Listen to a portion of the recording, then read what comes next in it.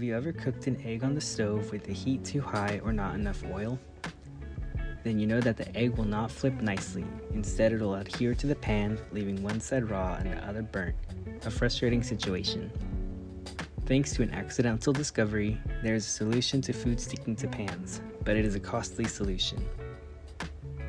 In 1938, Roy J. Plunkett, a chemist for the chemical company DuPont, was researching tetrafluoroethylene gas, or TFE, in hopes of developing new chlorofluorocarbon refrigerants, as previous refrigeration methods included ammonia and sulfur dioxide, which were harmful if they leaked. One day when setting up his experiment, he opened the gas canister valve, but no gas came out, and upon tipping the canister over, he discovered a white powder.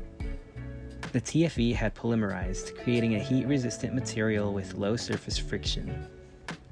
Let's examine how this polymer works. Polytetrafluoroethylene, or PTFE, is a long chain composed of carbon and fluorine atoms. Fluorine is the most electronegative element, meaning it's going to want to grab onto the unshared electron pair from carbon, creating high electron density around fluorine.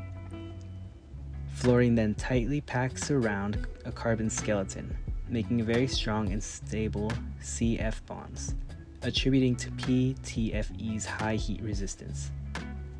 The electron affinity causes F atoms to be negatively charged and expected to have higher intramolecular and intermolecular forces. However, the dipole moments of neighboring symmetrical structures cancel the dipole moments and leave PTFE in a neutral electronic state.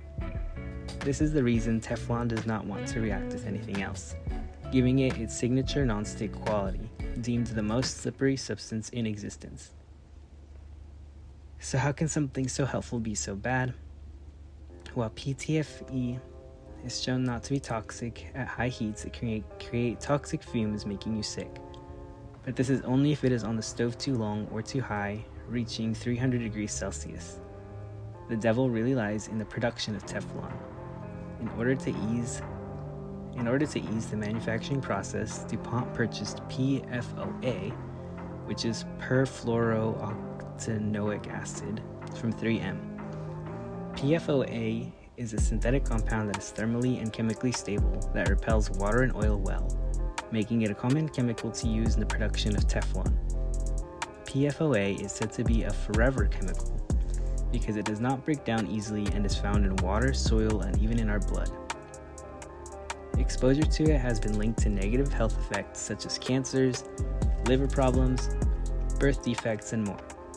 Despite being instructed to send waste to chemical waste facilities, DuPont pumped hundreds of thousands of pounds of PFOA powder into the Ohio River and 7,100 tons of PFO-laced sludge into digestion ponds, which are open, unlined pits from which the chemicals seeped into the ground.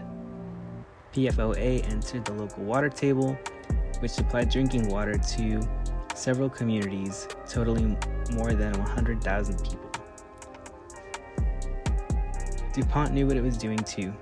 The company conducted research on rats, finding their livers enlarged due to PFOA exposure, even finding high concentrations in their factory workers' blood.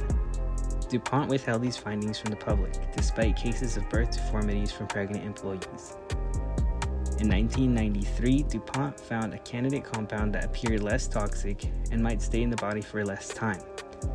But after a corporate meeting, they voted against switching to the compound because products produced with PFOA were responsible for an annual $1 billion, and these mites were not worth a possible profit hit.